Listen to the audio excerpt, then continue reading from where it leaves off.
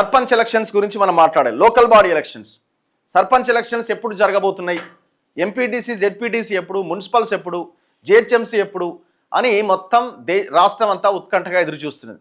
ముఖ్యంగా సర్పంచ్ ఎన్నికలు మొత్తానికి గంట మోగబోతున్నది. డిసెంబర్లో ఎన్నికలు పెట్టాలని రాష్ట్ర ప్రభుత్వం నిర్ణయించినట్టుగా కనబడుతున్నది. డిసెంబర్ ఇప్పుడు నవంబర్లో ఉన్నాం, డిసెంబర్లో ఎలక్షన్స్ జరగాలి అని. ఒకవేళ డిసెంబర్లో జరగకపోతే ఇక అది మరింత ఆలస్యం అయ్యే అవకాశం కూడా ఉన్నది. ఆల్రెడీ రాష్ట్ర అధికారులు గవర్నమెంట్కి ఒక రిపోర్ట్ ఇచ్చారు. ఇంటర్మీడియట్ ఎగ్జామ్స్ ఉన్నాయి, 10th ఎగ్జామ్స్ ఉన్నాయి. సో ఇట్లా ఈ మధ్యకాలంలో పెట్టడం కుదరదు. అందుకే పెడితే డిసెంబర్లో పెట్టాలి, లేకపోతే ఇంకా చాలా డిలే అవుతుందని. సో అందుకే రాష్ట్ర ప్రభుత్వం నిన్న ఒక నిర్ణయం తీసుకుంది. సర్పంచ్ ఎలక్షన్స్ని ముందు పెట్టి కోర్టు తీర్పు వచ్చిన తర్వాత ఎంపీటీసీ జెడ్పీటీసీ మున్సిపల్ ఎలక్షన్స్ పెట్టాలి అన్న ఒక నిర్ణయానికి వచ్చిరట. అసలు విషయం ఏంటంటే ఇంకా ప్రజలను ఎందుకు మభ్యపెడుతున్నారు? కోర్టు తీర్పు అని. కోర్టు తీర్పు మీరు తెచ్చిన జీవో మీద వ్యతిరేకంగానే వస్తుంది తప్ప పాజిటివ్గా వచ్చే అవకాశం లేదు. మీరు తెచ్చిన జీవో 9 అన్నది చిత్తు కాగితమే, ఇది ముందు నుంచి చెప్తున్నాం. సో కాబట్టి ఇంకా ఏదో జరుగుతుంది కోర్టులో, రిజర్వేషన్స్ అమలు అవుతాయి అని అనుకోవడానికి వీల్లేదు. మీరు తెచ్చిన జీవో ద్వారా, మీరు తెచ్చిన జీవో చిత్తు కాగితం. ఇగో నిన్న మహారాష్ట్ర ప్రభుత్వానికి సుప్రీంకోర్టు హెచ్చరిక చేసింది. ఏమని? రిజర్వేషన్ల పరిమితి 50% మించొద్దు, అతిక్రమిస్తే స్థానిక సంస్థల ఎన్నికల్ని రద్దు చేస్తాం. అయిపోయానా? నువ్వు హడావుడిగా ఆగమేఘాల మీద జీవో తీసుకొచ్చి ఏదో చేద్దామని అనుకుంటే రేపు పొద్దున ఎలక్షన్స్ పెట్టినా మేము రద్దు చేస్తామని మహారాష్ట్ర ప్రభుత్వానికి సుప్రీంకోర్టు హెచ్చరించింది. ఒకవేళ నువ్వు ఇక్కడ కూడా ఆ ప్రయత్నం ఏమైనా చేసినా సుప్రీంకోర్టు అదే పని చేస్తుంది. గతంలో ఇదే మహారాష్ట్రలో అట్లనే చేసింది, ఇప్పుడు సెకండ్ టైం. సో కాబట్టి ఈ జీవో ద్వారా ఇంకేదో వస్తుంది, రిజర్వేషన్స్ అమలైతే అని అనుకోవడం పొరపాటు. ప్రజలకి క్లారిటీ ఇవ్వండి. కోర్టు ఏం తేల్చదు, తేల్చినా తేలుస్తుంది. ఏం తేలుస్తుంది? జీవో చెల్లదు అని చెప్తుంది. ఇది ఎట్లా సాధ్యం? ఒకే ఒక పరిష్కారం ఉంది. రాజ్యాంగ సవరణ 9th షెడ్యూల్లో పెట్టడం ద్వారా మాత్రమే సాధ్యం. 9th షెడ్యూల్లో పెట్టి తెలంగాణకి మాత్రమే రిజర్వేషన్స్ 50% మించేలా నిర్ణయం తీసుకోవడం ఒకటి, ఓవరాల్గా దేశవ్యాప్తంగా రాజ్యాంగ సవరణ చేయడం రెండోది. రెండూ సాధ్యం కావని బీజేపీ ఆల్రెడీ చెప్పేసింది. వాళ్ళు సాధ్యం కాదని వాళ్ళు చెప్పారు ఒకవైపున. మీరు కనీసమైన ఒత్తిడి తీసుకొచ్చే ప్రయత్నం చేసిరా? ప్రధాన ప్రతిపక్షమైన కేసీఆర్ ఫామ్ హౌస్లో వండిండు, పత్తా లేడు, అడ్రస్ లేడు. ఇప్పుడున్న ముఖ్యమంత్రి జీవో జీవో జీవో అంటుండే తప్ప 9th షెడ్యూల్ అనే పదం ఎవ్వరి నోటి నుంచి ఇంతవరకు వినబడతలేదు. ఓన్లీ బీసీ సంఘాలు, నాయకులు తప్ప ఏ ఒక్క పొలిటికల్ లీడర్ నోటి నుంచి 9th షెడ్యూల్లో పెట్టాలి, పెట్టిద్దాం, డిమాండ్ చేస్తున్నాం, పోరాటం చేద్దామని ఒక్కడి నోటి వెంట వినబడట్లే. అన్ని పార్టీలు కలిసి బీసీలని నిండా ముంచుతున్నాయి. అంతకుమించి ఏం లేదు. ఇక్కడ వాళ్ళకి ఇష్టం లేదు ఆ రిజర్వేషన్స్ రావడానికి. ఇప్పుడు ప్రభుత్వం ఏమంటది? ఆడ ఎలక్షన్స్ పెట్టకపోతే అంత గ్రామాలు ఆగమవుతున్నాయి. వాస్తవమే. కేంద్రం నిధులు వస్తలేవు, ఊర్లు మొత్తం ఆగమైనాయి. మొత్తం ఎక్కడి చెత్త అక్కడే ఉంది, లైట్లు వెలుగుతలేవు, కోతులు, కుక్కలు, రకరకాల సమస్యలతో గ్రామాలు ఇబ్బంది పడుతున్నాయి. వీళ్ళకి కూడా ఏముంటుంది? ఎంత ప్రజలు ఇబ్బంది పడితే ప్రజల నుంచి అంత డిమాండ్ వస్తుంది, తొందరగా ఎలక్షన్లు పెట్టండి అని. ప్లాన్ ఆఫ్ యాక్షన్ ఇట్లనే ఉంటుంది. ఇది ఈ ప్రభుత్వాలు, ఈ పార్టీల యొక్క ఆలోచన ఇట్లే ఉంటుంది. సో ఇప్పుడేమంటున్నారు? 50% లోబడి, గతంలో ఏదైతే రిజర్వేషన్ ఉందో 50% లోబడి ఎస్సీ ఎస్టీలకి 2011 జనాభా ప్రకారం వాళ్ళ జనాభా ఎంత ఉందో వాళ్ళకంత రిజర్వేషన్ పోను, మిగిలింది బీసీలకి. అంతా కలిపితే 50% మించొద్దు. అంటే ఎంత వస్తుంది బీసీలకి? 21% అటు ఇటుగా వచ్చే అవకాశం ఉంటుంది. సో ఆ రిజర్వేషన్తో ముందుకెళ్తూ పార్టీ పరంగా 42% సీట్లని బీసీలకి మేము కేటాయిస్తామని చెప్తున్నారు. దీనివల్ల పెద్దగా ఉపయోగం ఉంటుందని నేను అనుకుంటలేను. ఇక మన ముందున్న ఆప్షన్ ఏంది? మన ముందున్న ఆప్షన్ ఒకటే. ఇప్పుడు ఎలక్షన్స్ అడ్డుకుంటే జనాలు కూడా ఇగో గ్రామాలు ఈ పరిస్థితిలో ఉన్నాయని చెప్పే ఆ పరిస్థితి కనబడుతున్నది. ఇప్పుడు ఏం మూమెంట్ తీసుకురావాలా? ఒకవైపున ఈ రిజర్వేషన్స్ పెంచడం కోసం రేవంత్ రెడ్డి చేయాల్సింది ఏముండే? ఒక 2 నెలల పాటు ఈ 9th షెడ్యూల్లో పెట్టడం మీద పెద్ద ఎత్తున ప్రజా ఉద్యమాన్ని నిర్మించేది ఉండే, కానీ చేయలే. ఇష్టం లేదు. బీజేపీ వాళ్ళకి ఇదే సందు దొరికిందని వాళ్ళు కూడా సైలెంట్గానే ఉన్నారు. ఇక కేసీఆర్ పరిస్థితి కేసీఆర్దే. ఆయన అసలు గతంలో 2019 ఎలక్షన్లో 23% అమలు చేయాల్సిన రిజర్వేషన్ని పంచాయతీ ఎలక్షన్లో 18% అమలు చేసిండు. అంటే పూర్తి ఉన్నటువంటి అరకొర ఆ బీసీ రిజర్వేషన్లని పూర్తి స్థాయిలో అమలు చేయలే ఆయన చరిత్ర అది. ఇప్పుడు కూడా ఆయన మాట్లాడతలేడు, ఫామ్ హౌస్లో ఉన్నాడు. సో కాబట్టి ఎవడు మాట్లాడాలా? కాబట్టి ఇప్పుడు ఎలక్షన్స్ డిలే చేస్తే గ్రామాలు ఆగమవుతున్నాయి. ఈ పరిస్థితుల్లో మనం ఆలోచించాల్సింది ఏంటంటే, ఎక్కడ బీసీలు నిలబడ్డా, ఎక్కడ ఎస్సీ ఎస్టీలు నిలబడ్డా వాళ్ళకి పెద్ద ఎత్తున అన్ని వర్గాల ప్రజలు, ఈ బలహీన వర్గాల బహుజనులంతా మద్దతు ఇచ్చి గెలిపించుకునే ప్రయత్నం చేయండి. ఎలక్షన్స్కి వెళ్తారు ఇక వీళ్ళు. ఇక మనం ఇప్పుడు ఆలోచించి ఏదో అవుతుందని అనుకోవడం పొరపాటు. సో ఆ లైన్లో మనం అందరం కలిసికట్టుగా మన ఓటు మనమే వేసుకుందాం, మన ఓటు మనమే వేసుకుందాం అనే ఆలోచన మనకి రావాల్సిన అవసరం ఉంది ఈ సందర్భంలో. సో దయచేసి ఇది ఆలోచించాలి. తొలుత పంచాయతీ పోరు, మార్చిలోగా ఎన్నికలు నిర్వహించకపోతే 3,000 కోట్ల కేంద్ర నిధులు మురిగిపోయే ప్రమాదం ఉన్నది. పార్టీ పరంగా బీసీలకు 42% రిజర్వేషన్లు కల్పిస్తాం. కోర్టుల తీర్పులు వచ్చాకే మిగతా స్థానిక సంస్థల ఎన్నికలు. 8, 9 తేదీల్లో తెలంగాణ రైజింగ్ 2047 గ్లోబల్ సమ్మిట్. 9వ తేదీన తెలంగాణ దార్శనిక పత్రం విడుదల. అందశ్రీ కుమారుడికి అసిస్టెంట్ ప్రొఫెసర్ ఉద్యోగం. కేబినెట్ సమావేశంలో కీలక నిర్ణయాలు వెల్లడించిన మంత్రి పొంగులేటి శ్రీనివాసరెడ్డి. పార్టీ పరంగా బీసీలకు 42% రిజర్వేషన్లు కల్పించి గ్రామ పంచాయతీ ఎన్నికలు నిర్వహించాలని రాష్ట్ర మంత్రివర్గం నిర్ణయించింది. పంచాయతీలకు వచ్చే ఏడాది మార్చి ఆఖరిలోగా ఎన్నికలు నిర్వహించకపోతే 15వ ఆర్థిక సంఘం నుంచి రావాల్సిన 3,000 కోట్లు నిలిచిపోయే ప్రమాదం ఉన్నందువల్ల ఈ నిర్ణయం తీసుకున్నట్లు రెవెన్యూ శాఖ మంత్రి పొంగులేటి శ్రీనివాసరెడ్డి తెలిపారు. రాష్ట్ర సచివాలయంలో ముఖ్యమంత్రి రేవంత్ రెడ్డి అధ్యక్షతన సోమవారం రాష్ట్ర మంత్రివర్గం సమావేశమైంది. ఇందులో తీసుకున్న నిర్ణయాలను మంత్రి అడ్లూరి లక్ష్మణ్ కుమార్, ప్రభుత్వ సలహాదారు షబ్బీర్ అలీతో కలిసి పొంగులేటి విలేకరుల సమావేశంలో వెల్లడించారు. బీసీలకు 42% రిజర్వేషన్లపై చిత్తశుద్ధితో కృషి. మంత్రి పొంగులేటి మాట్లాడుతూ స్థానిక సంస్థల్లో బీసీలకు 42% రిజర్వేషన్లు కల్పిస్తూ అసెంబ్లీలో బిల్లు ఆమోదించి గవర్నర్కు పంపితే అక్కడ ఆగిపోయింది. ఆర్డినెన్స్ తీసుకొస్తే హైకోర్టు స్టే ఇచ్చింది. సుప్రీంకోర్టుకు వెళ్తే అక్కడ డిస్మిస్ అయింది. చిత్తశుద్ధితో బీసీలకు 42% రిజర్వేషన్ ఎక్కడ చిత్తశుద్ధి అండి? ఆ జీవోనే పనికిరాని జీవోను నాయనని ముందు నుంచి చెప్తున్నాం. రిజర్వేషన్ కల్పించాలనే ప్రయత్నం చేసినా కేంద్రం సహకారం లేదు.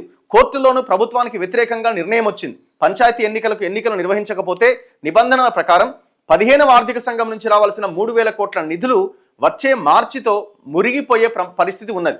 దీంతో పాటు గ్రామాల్లో పాలనా వ్యవస్థ పూర్తిగా నిర్వీర్యమవుతున్న నేపథ్యంలో వీలైనంత త్వరగా ఎన్నికలు నిర్వహించాలని మంత్రివర్గం నిర్ణయించింది. డిసెంబర్లోనే పంచాయతీ ఎన్నికలను పూర్తి చేసేందుకు కసరత్తు ప్రారంభించాలని, అందుకు అవసరమైన ఏర్పాట్లు చేయాలని అధికారులను కేబినెట్ ఆదేశించింది. ఇప్పుడు ఎన్నికలకు వెళ్లాలంటే 50% మించకుండా రిజర్వేషన్ల జాబితాను మరోసారి డెడికేటెడ్ కమిషన్ నుంచి తెప్పించుకోవాల్సి ఉంటుంది. గ్రామ పంచాయతీల సర్పంచ్లు, వార్డు సభ్యుల రిజర్వేషన్ల సంఖ్యపైన డెడికేటెడ్ కమిషన్ నుంచి నివేదిక కోరాలని మంత్రివర్గం తీర్మానించింది. వారం రోజుల్లో ఈ ప్రక్రియ పూర్తి చేసి కేబినెట్ ఆమోదం పొందాలని సూచించింది. బీసీ రిజర్వేషన్లపైన కోర్టుల్లో తీర్పులు కొలిక్కి వచ్చిన తర్వాతే ఎంపీటీసీ, జెడ్పీటీసీ, మున్సిపల్ ఎన్నికలపై నిర్ణయం తీసుకోవాలని కేబినెట్ సమావేశంలో సుదీర్ఘంగా చర్చించిన తర్వాత నిర్ణయించాం. రాష్ట్రానికి రావాల్సిన 3,000 కోట్లు వదులుకోవడం ఇష్టం లేక పంచాయతీ ఎన్నికలు మాత్రమే పెట్టాలని తీర్మానించాం. సో ఇది నిన్న రాష్ట్ర ప్రభుత్వం తీసుకున్న నిర్ణయం. మొత్తానికి డిసెంబర్లో పంచాయతీ ఎన్నికలు పెట్టాలని రాష్ట్ర ప్రభుత్వం డిసైడ్ అయింది. ఇప్పుడు ఆల్రెడీ ఈ పంచాయతీరాజ్ చట్టాన్ని ఏదో ఆల్రెడీ మార్చేశారు. దాన్ని చేంజ్ చేసి 50% మించి ఆ దాంట్లో మార్పులు చేశారు. మరి ఇప్పుడు మళ్ళీ దాన్ని వెనక్కి తీసుకురావాల్సిన అవసరం ఉంది కదా. 50% లోబడి అని మళ్ళీ చేయాల్సి ఉంటుందేమో. అన్న అందరూ దొంగలే, రైతు భరోసా ఏది?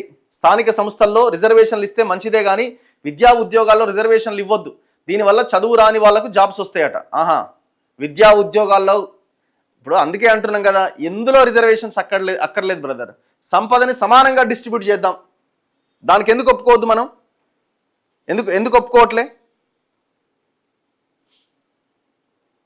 ఒక్కసారి ఇందులో ఉండే ఇష్యూస్ ఏందన్నది ఒక్కసారి కనుక్కుందాం. ఒక్కసారి నేను చిరంజీవులు గారికి ఫోన్ చేద్దాం. అంటే ప్రధానంగా మన టెక్నికల్ ప్రాబ్లమ్స్ ఏమైనా వచ్చే అవకాశం ఉందా? ఎలక్షన్స్ నిర్వహణకి మార్గం సుగమమైనట్టేనా? వీళ్ళేం డిమాండ్ చేస్తున్నారు బయట నుంచి? అంటే వీళ్ళు ఎట్టి పరిస్థితిలో 42% రిజర్వేషన్ అమలయ్యేదాకా ఎలక్షన్స్ పెట్టొద్దు అని అంటున్నారు కదా. నమస్తే సార్. నమస్కారం సార్, ఇప్పుడు నిన్న గవర్నమెంట్ డెసిషన్ తీసుకుంది, ఫస్ట్ సర్పంచ్ ఎలక్షన్స్ మాత్రం మేము పార్టీ పరంగా రిజర్వేషన్స్ ఇస్తూ మేము పెడతాం, పార్టీ పరంగా 42% మంది బీసీలకు టికెట్లు ఇస్తూ పెడతామని. టెక్నికల్ హర్డిల్స్ ఏమైనా ఉన్నాయా? సరే, మీ 42% సాధన సమితి ఎట్లా చూస్తున్నది ఈ నిర్ణయాన్ని? ఇది ఒక పెద్ద దురదృష్టకరమైనటువంటి నిర్ణయంగా మేము భావిస్తున్నాం.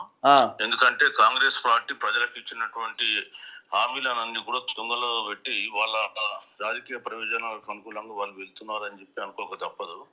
వాస్తవానికి ఇప్పుడు పార్లమెంటు శీతాకాల సమావేశాలు స్టార్ట్ కాబోతున్నాయి.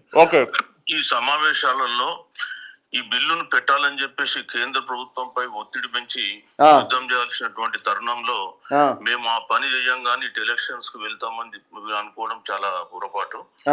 రెండోది ఏంటంటే అది బీసీలను వంచడమే అవుతుంది. ఇప్పటికి కూడా కేంద్ర ప్రభుత్వం పై ఒత్తిడి అఖిలపక్ష సమావేశాలు ఏర్పాటు చేసి అఖిలపక్షాన్ని తీసుకెళ్ళండి. ఒకవేళ కేంద్రం సార్ చెప్పండి. హలో,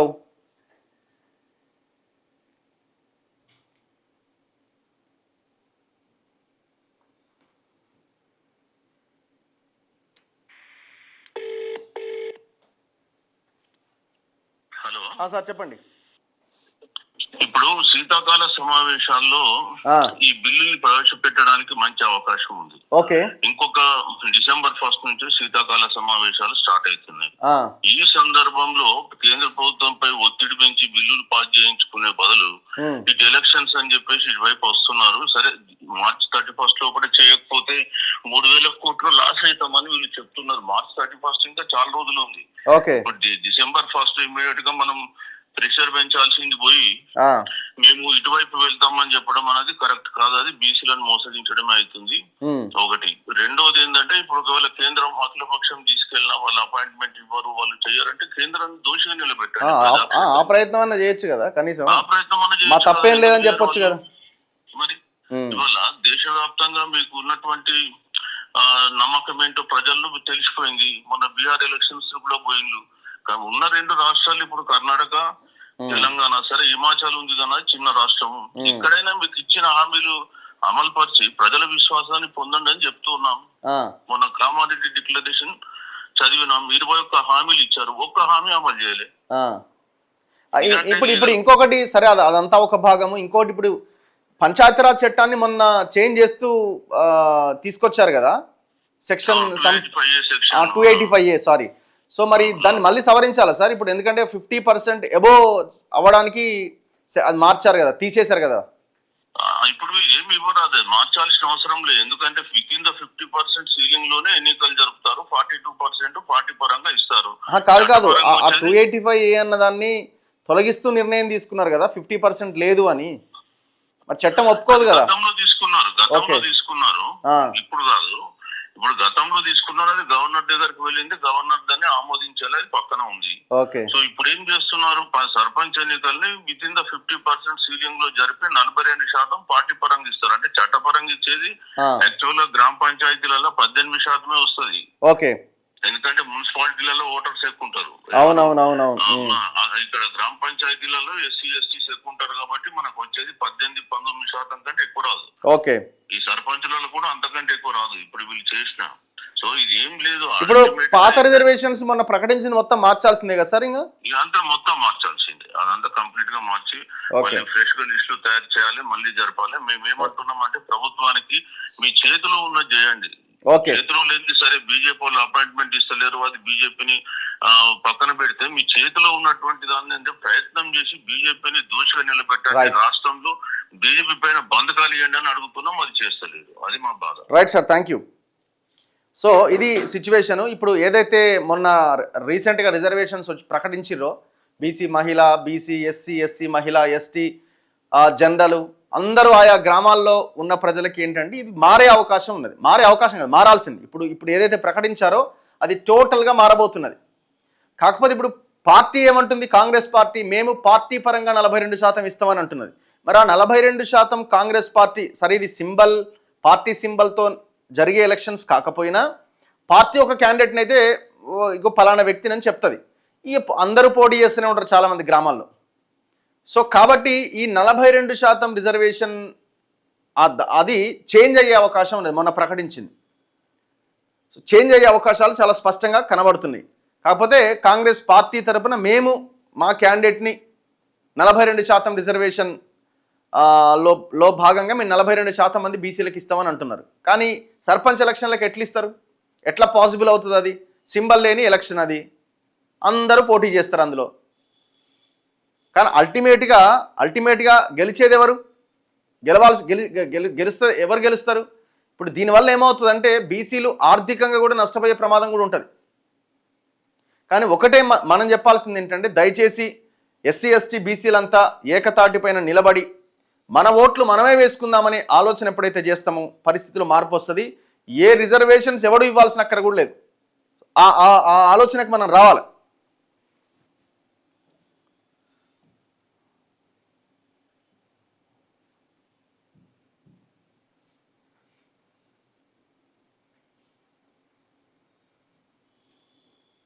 చలో, సో ఇది సర్పంచ్ ఎలక్షన్లకు సంబంధించి. అయితే డిసెంబర్ 2వ వారంలో షెడ్యూల్ ప్రకటిస్తారట. డిసెంబర్ 2nd వీక్లో షెడ్యూల్ ప్రకటిస్తారట. రాష్ట్ర ఎన్నికల సంఘం సన్నద్ధమవుతున్నది. అంటే 2nd వీక్ షెడ్యూల్ ప్రకటిస్తే ఎండింగ్ వరకు ఆల్మోస్ట్ ఎలక్షన్స్ కంప్లీట్ అయ్యేలాగా ప్లాన్ చేయొచ్చేమో. అంటే ఒక 45 డేస్ అయిన ఉంటుంది. ఇది 3 దశల్లో పెడతారని అంటున్నారు. ఇగో, రాష్ట్రంలో డిసెంబర్ 2వ వారంలో పంచాయతీ ఎన్నికల నిర్వహణకు షెడ్యూల్ వెలువడే అవకాశం ఉంది. అదే నెలాఖరులోపు పంచాయతీ ఎన్నికల ప్రక్రియ పూర్తి చేసే వీలున్నది. డిసెంబర్ 1వ తేదీ నుంచి 9వ తేదీ వరకు ప్రజాపాలన వారోత్సవాల తర్వాత పంచాయతీ ఎన్నికలు నిర్వహించేందుకు మంత్రిమండలి నిర్ణయం తీసుకున్న నేపథ్యంలో ఈ ప్రక్రియపై రాష్ట్ర పంచాయతీరాజ్ శాఖ, రాష్ట్ర ఎన్నికల సంఘం దృష్టి పెట్టినాయి.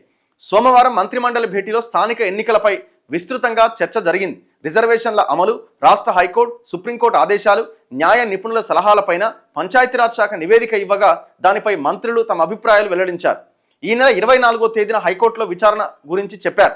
మార్చి 31 లోపుగా పంచాయతీ ఎన్నికలను పూర్తి చేస్తేనే కేంద్ర ఆర్థిక సంఘం నుంచి నిధులు విడుదలయ్యే అవకాశం ఉన్నది. ఈ నేపథ్యంలో పార్టీ పరంగా 42% రిజర్వేషన్లతో ముందుకెళ్లాలని మంత్రిమండలి నిర్ణయించి ప్రజాపాలన వారోత్సవాల అనంతరం వాటిని చేపట్టాలని అధికారులకు నిర్దేశించింది.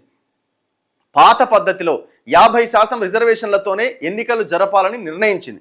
ఈ ఎన్నికలు 3 దశల్లో పెడతారట.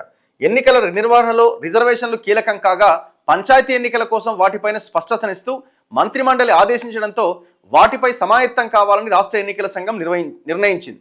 మంత్రిమండలి తాజా నిర్ణయం దృష్ట్యా బీసీల రిజర్వేషన్లు 42% నుంచి 22%కి తగ్గించి మిగిలిన 20% జనరల్ కేటగిరీలో కలుపుతూ మళ్లీ ఆ స్థానాల జాబితాను పంచాయతీరాజ్ శాఖ రూపొందిస్తుంది. బీసీల స్థానాల ఖరారుకు డెడికేటెడ్ కమిషన్ నివేదికను ప్రమాణంగా తీసుకుంటుంది. గతంలో జెడ్పీటీసీ, ఎంపీటీసీ ఎన్నికలను 2 దశల్లో నిర్వహించాలని, తర్వాత పంచాయతీ ఎన్నికలను 3 దశల్లో నిర్వహించాలని ఎన్నికల సంఘం షెడ్యూల్ విడుదల చేసింది. మారిన పరిస్థితుల దృష్ట్యా తొలుత పంచాయతీ ఎన్నికలను 3 దశల్లో నిర్వహించాలని భావిస్తున్నది. సో దీని ప్రకారం డిసెంబర్ ఎండింగ్, జనవరి 1st, 2nd వీక్ కల్లా ఎలక్షన్స్ కంప్లీట్ అయ్యే అవకాశాలు చాలా స్పష్టంగా కనబడుతున్నాయి.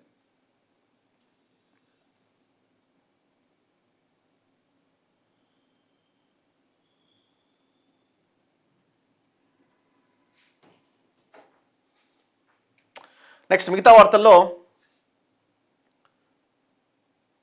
అండ్ దాంతోపాటుగా నిన్న మంత్రిమండలి రాష్ట్ర కేబినెట్ తీసుకున్న నిర్ణయాల్లో చాలా కీలకమైంది. గిగ్ వర్కర్లకు ఒక ప్రత్యేకమైన సంక్షేమ బోర్డు ఏర్పాటు చేసింది. సామాజిక భద్రత, రక్షణ, బీమా అమలు బిల్లుకు నిన్న కేబినెట్ ఆమోదం తెలిపింది. దీన్ని అసెంబ్లీలో పెడతారు. గిగ్ వర్కర్లు అంటే జొమాటో, స్విగ్గీ, ఉబర్, ఓలా ఈ వాళ్ళ ఎవరెవరైతే ఉన్నారో దాదాపు 5 లక్షల మందికి పైన ఉన్నటువంటి కార్మికులకి లబ్ధి చేకూర్చేలా, వాళ్ళకి భరోసా కల్పించేలా ఈ బిల్లుని రూపొందించాలా. బిల్లులో ఏమేమి అంశాలు ఉంటాయన్నది మనం భవిష్యత్తులో చూడబోతున్నాం.